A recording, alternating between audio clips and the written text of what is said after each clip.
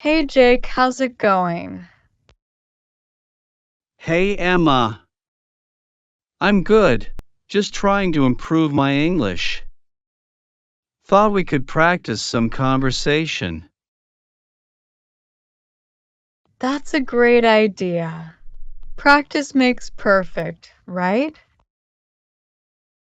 Absolutely. So, what's your favorite way to practice English? I like watching movies and shows in English. It helps me pick up new words and phrases. How about you? I'm more into reading books and listening to podcasts. It's amazing how much you can learn just by listening. Totally. Speaking of listening, do you have a favorite podcast? Yeah, I love the English we speak. They teach interesting phrases and it's really fun. Oh, I've heard of that one. It's great for learning idioms and slang. Exactly. Hey, why did the scarecrow become a good conversationalist? Haha, why? Because he was outstanding in his field. Good one, Jake. By the way, do you use any language learning apps? I do. Duolingo is my go-to. It's fun and keeps me motivated with its streaks. Nice. I use it too. Those reminders are both helpful and annoying, right? Haha, yes. They never let you forget. Do you ever practice speaking with native speakers? I try to. There are some language exchange meetups in my area. It's a great way to practice.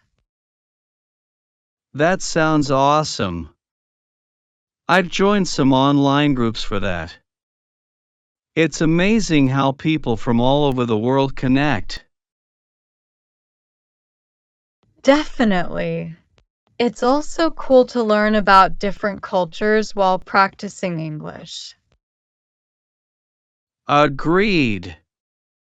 What's the most challenging part of learning English for you? Probably the idioms. They're so different from literal meanings. How about you?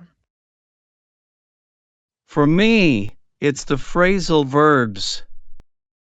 They can be really confusing. I know, right? But with practice, we'll get there. Emma, do you ever feel nervous speaking English? Sometimes, especially if I'm speaking with native speakers. But I remind myself that everyone makes mistakes. That's true. Mistakes are just part of the learning process. Any tips for gaining confidence? Practice regularly and don't be afraid to make mistakes. The more you speak, the better you get. Great advice. I try to use English in my daily life as much as possible. It helps a lot. Exactly. Immersion is key. Do you have any funny language learning stories? Oh, plenty. Once I asked for beach in Spanish, but it came out as a very different word. Everyone laughed, including me.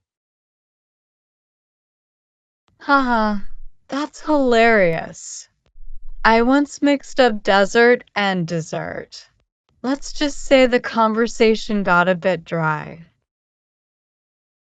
Good one.